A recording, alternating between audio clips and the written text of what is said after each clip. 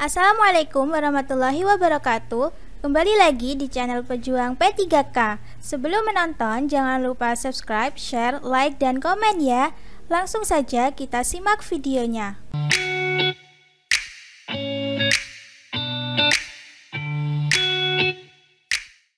1. Dalam ketentuan pasal 2 ayat 4 dalam Undang-Undang Nomor 48 Tahun 2009 memuat asas A. Asas oportunitas, B. Asas presumption of innocent, C. Asas fair, impartial, impersonal, and objective, D. Asas equality before the law, E. Asas legalitas. Jawabannya adalah C. Asas fair, impartial, impersonal, and objective. 2.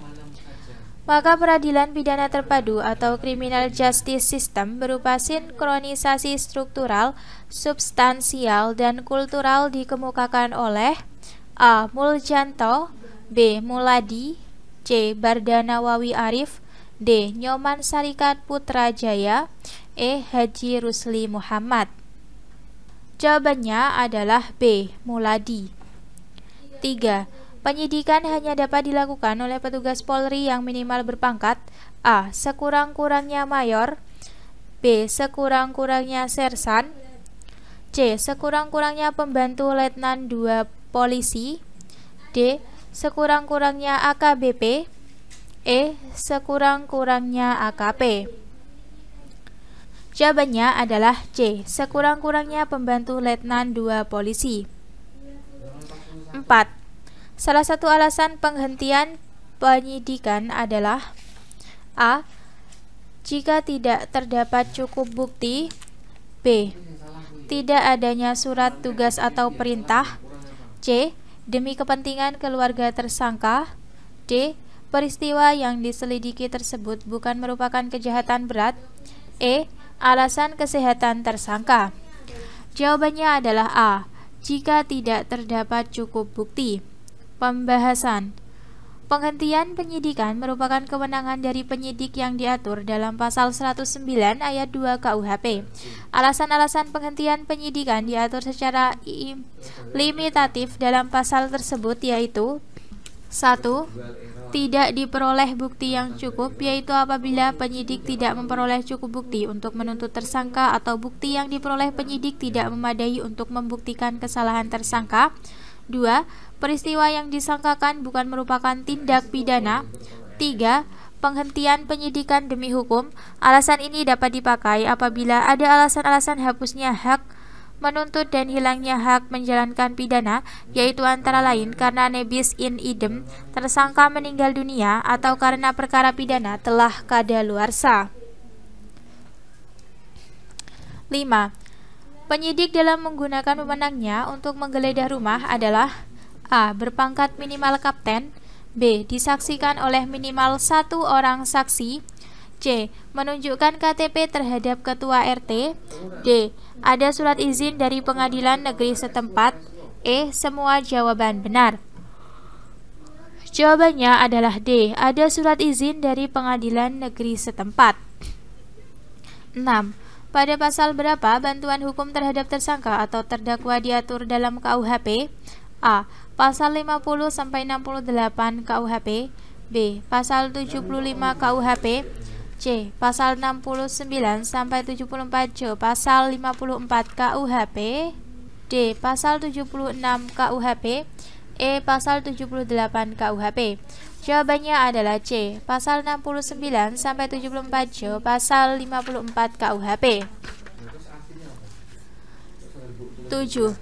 Dalam KUHP, pihak yang berwenang melakukan penyidikan diatur dalam ketentuan A. Pasal 1 angka 1, B. Pasal 1 angka 2, C. Pasal 1 angka 3, D. Pasal 1 angka 4, E. Pasal 1 angka 5.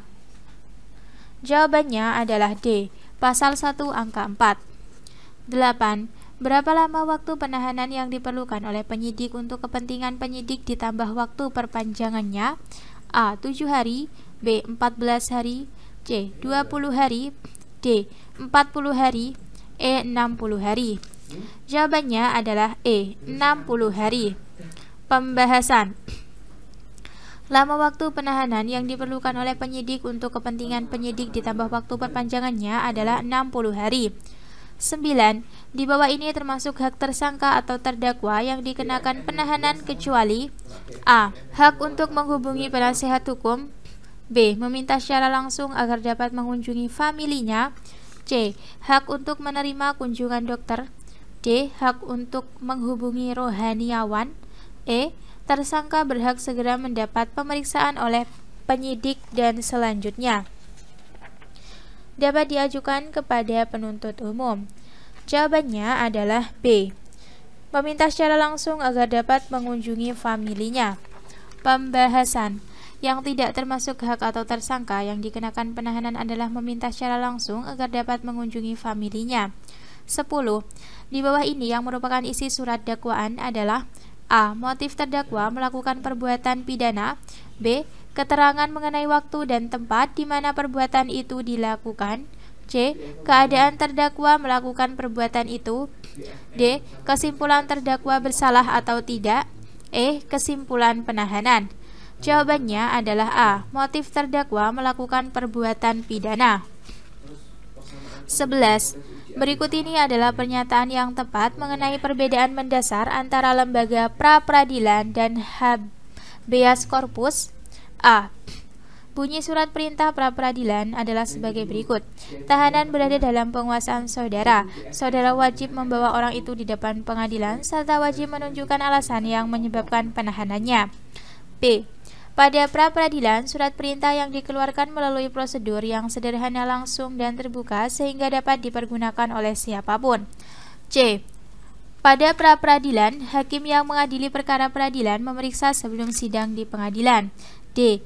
Habeas corpus kewenangannya terbatas pada menguji pada keabsahan suatu penangkapan dan penahanan. E. Semua jawaban benar.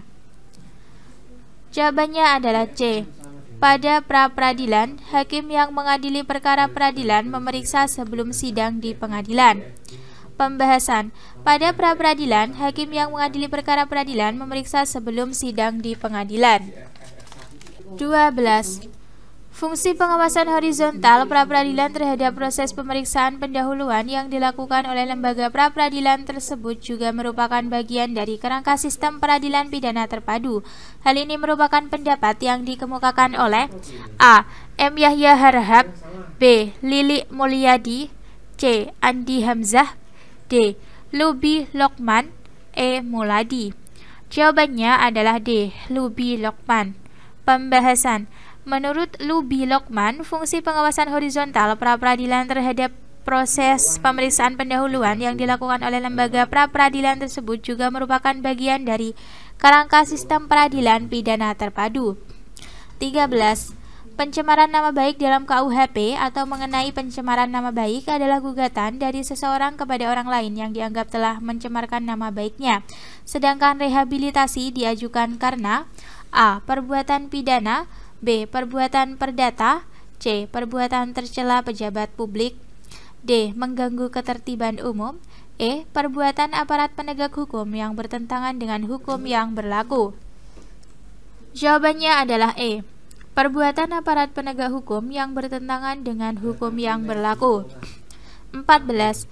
Pengembalian benda sitaan dalam acara pelanggaran lalu lintas jalan diatur dalam KUHP pada pasal A. 212, B. 213, C. 214, D. 215, E. 216. Jawabannya adalah D. 215. 15. Segala kepentingan yang diperlukan dalam berbagai segi kehidupan manusia, baik sebagai pribadi, anggota masyarakat, maupun anggota suatu negara, yang wajib dijaga dan dipertahankan agar tidak dilanggar atau diperkosa oleh perbuatan-perbuatan manusia, merupakan pengertian dari A. Kepentingan masyarakat, B. Kepentingan negara, C. Kepentingan pembuat undang-undang, D. Kepentingan hukum, E. Semua jawaban benar.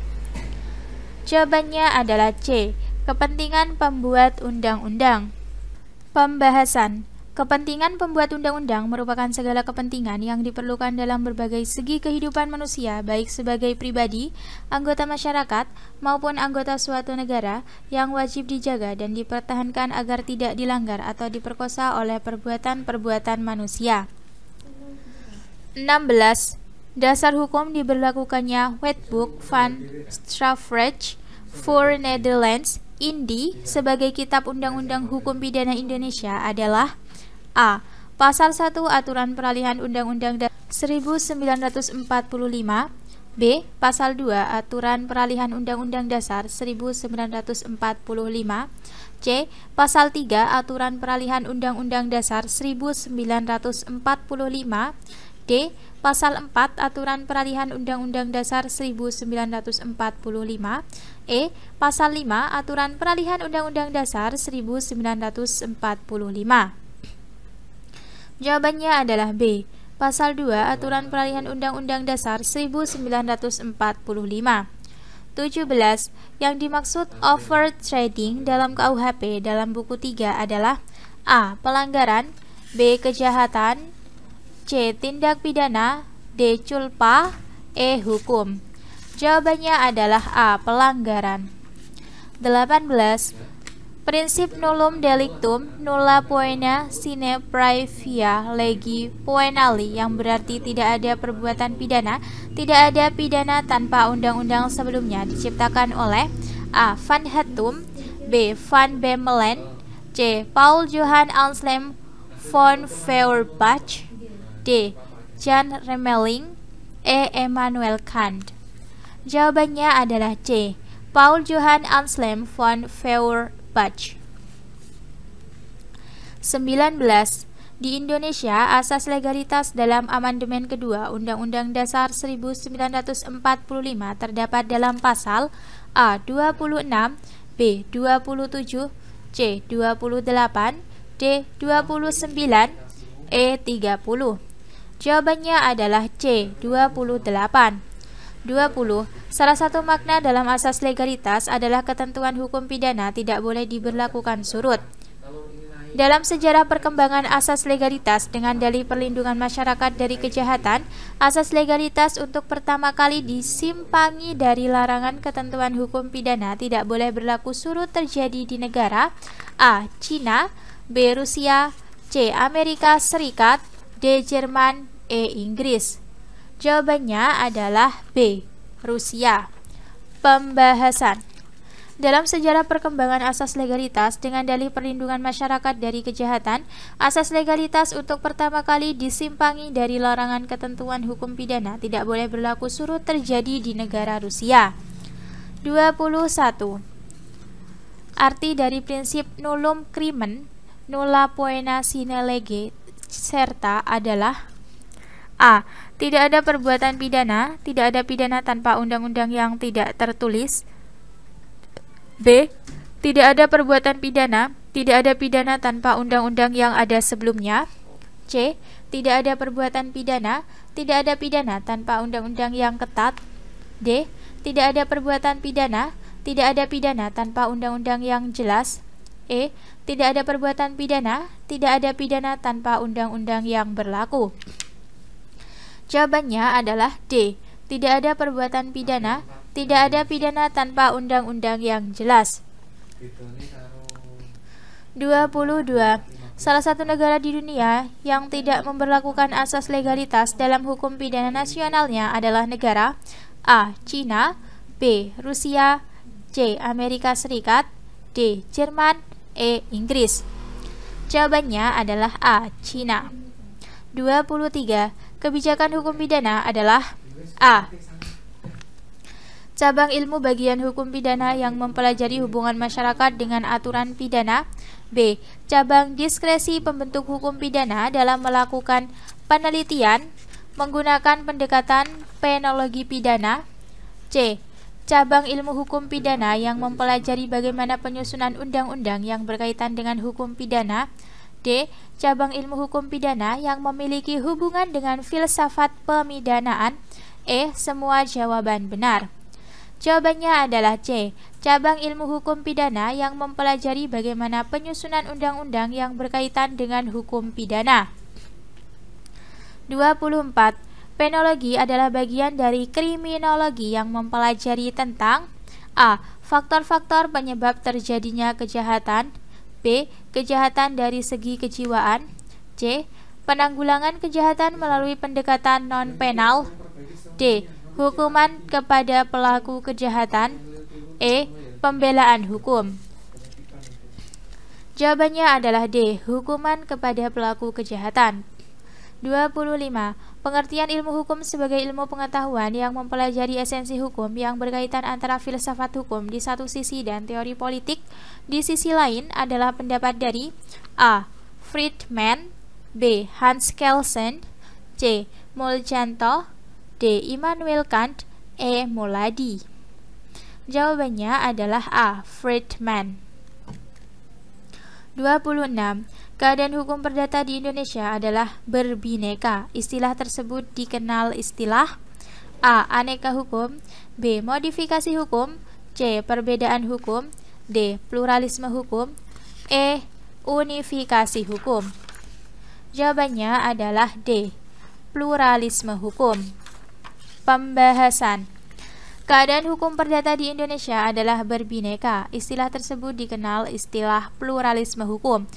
Pluralisme hukum di Indonesia adalah pemahaman mengenai keberadaan mekanisme-mekanisme hukum yang berbeda yang ada di masyarakat di Indonesia. Pluralisme hukum di Indonesia ini berupa hukum keperdataan, hukum pidana, hukum adat, hukum tata negara, hukum administrasi negara, hukum internasional, serta hukum-hukum lainnya. Secara sederhana, pluralisme hukum hadir sebagai kritikan terhadap sentralisme dan positivisme dalam penerapan hukum kepada rakyat. 27. Ketentuan yang menyatakan pasal-pasal dalam KUH Perdata ada yang dianggap sudah tidak sesuai lagi dengan alam kemerdekaan. Hal ini terdapat dalam A. Yuridispensi, B. Peraturan pemerintah, C. Peraturan presiden, D. Peraturan Kemenkumham, E. SEMA nomor 3 tahun 1963. Jawabannya adalah E. SEMA nomor 3 tahun 1963. 28. Objek hukum menurut pasal 499 KUH Perdata yakni benda. Kemudian berdasarkan pasal 503 sampai 504 KUH Perdata disebutkan bahwa benda dapat dibagi menjadi dua, yakni A. Benda yang bersifat kebendaan dan benda yang bersifat tidak kebendaan. B. Benda berwujud dan tidak berwujud. C. Benda asli dan tidak asli. D. Benda terdaftar dan tidak terdaftar. E. Benda asli dan tidak asli. Jawabannya adalah A. Benda yang bersifat kebendaan dan benda yang bersifat tidak kebendaan. 29. Hukum perdata yang berlaku di Indonesia adalah hukum perdata Barat Belanda yang pada awalnya berinduk pada Kitab Undang-Undang. Hukum perdata yang aslinya berbahasa Belanda atau dikenal dengan A. Kode Napoleon, B. Corpus Juris Civilis, C. Kode Sivil, D. Burgerlijk Wetboek, E. Wetboek van Strafrecht for Netherlands Indie. Jawabannya adalah D. Burgerlijk Wetboek. Pembahasan. Hukum perdata yang berlaku di Indonesia adalah hukum perdata Barat Belanda yang pada awalnya berinduk pada Kitab Undang-Undang Hukum Perdata yang aslinya berbahasa Belanda atau dikenal dengan Burgerlijk Wetboek. Hukum perdata di Indonesia pada dasarnya bersumber pada hukum Napoleon, kemudian berdasarkan Stadblad nomor 23 tahun 1847 tentang Burgerlijk Wetboek voor Indonesia atau disingkat BW, atau disebut sebagai KUH Perdata. BW sebenarnya merupakan suatu aturan hukum yang dibuat oleh pemerintah Hindia Belanda yang ditujukan bagi kaum golongan warga negara bukan asli, yaitu dari Eropa, Tionghoa, dan Timur Asing. Namun, berdasarkan Kepada pasal 2 Aturan Peralihan Undang-Undang Dasar 1945, seluruh peraturan yang dibuat oleh pemerintah Hindia Belanda berlaku bagi warga negara Indonesia atau asas konkordasi. Beberapa ketentuan yang terdapat di dalam BW pada saat ini telah diatur secara terpisah atau tersendiri oleh berbagai peraturan perundang-undangan, misalnya berkaitan tentang tanah, hak tanggungan, dan fidusia. 30. Undang-undang mengenai catatan sipil saat ini diatur dalam A. Undang-Undang Nomor 23 Tahun 2003, B. Undang-Undang Nomor 23 Tahun 1967, C. Undang-Undang Nomor 23 Tahun 2006, D. Undang-Undang Nomor 23 Tahun 1954, E. Undang-Undang Nomor 23 Tahun 1968. Jawabannya adalah C. Undang-Undang Nomor 23 Tahun 2006. Terima kasih sudah menonton video ini. Jangan lupa like, comment, share, dan subscribe channel ini. Sampai jumpa di video selanjutnya. Semangat pejuang P3K!